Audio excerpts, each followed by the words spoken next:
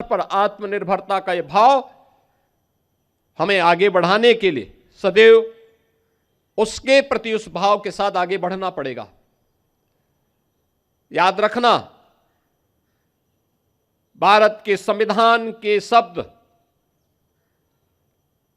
जिनके बारे में प्रधानमंत्री जी बार बार कहते हैं कि इन 3 शब्दों ने भारत के संविधान को दुनिया के सबसे बड़े लोकतंत्र के रूप में भारत को स्थापित करने में सबसे बड़ी भूमिका का निर्वहन किया है। आजादी के पूर्व देश को सामाजिक रूप से तोड़ने के लिए, विभाजित करने के लिए अनेक दुष्चक्र प्रारंभ हुए थे। कुछ लोगों ने क्षेत्र के आधार पर, कुछ लोगों ने भाषाई आधार पर, कुछ लोगों ने जातीय आधार पर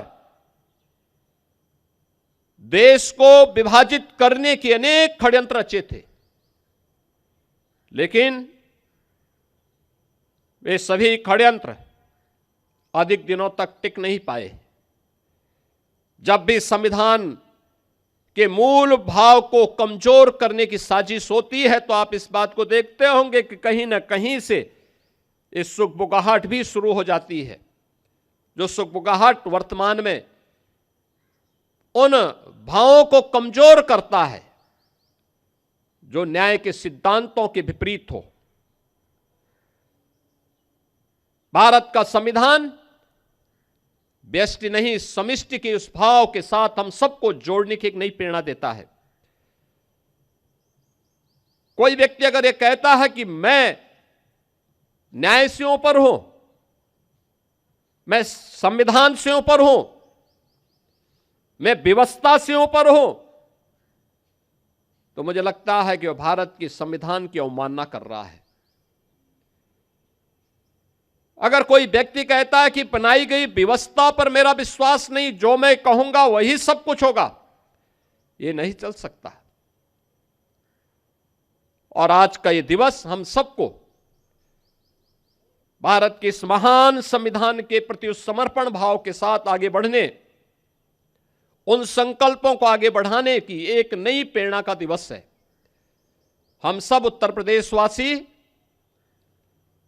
भारत के इस संविधान को सम्मान देते हुए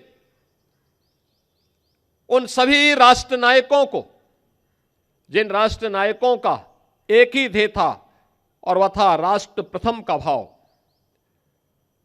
उस राष्ट्र प्रथम भाव का एक दस्तावेज भारत के संविधान के रूप में हम सबके सामने है।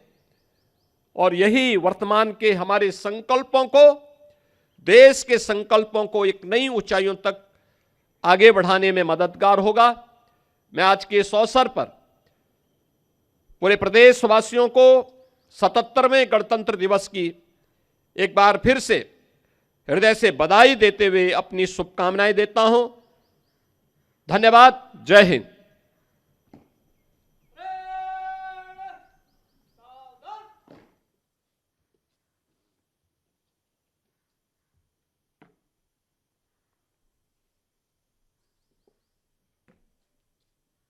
बधाई देते हुए अपनी शुभकामनाएं देता हूं।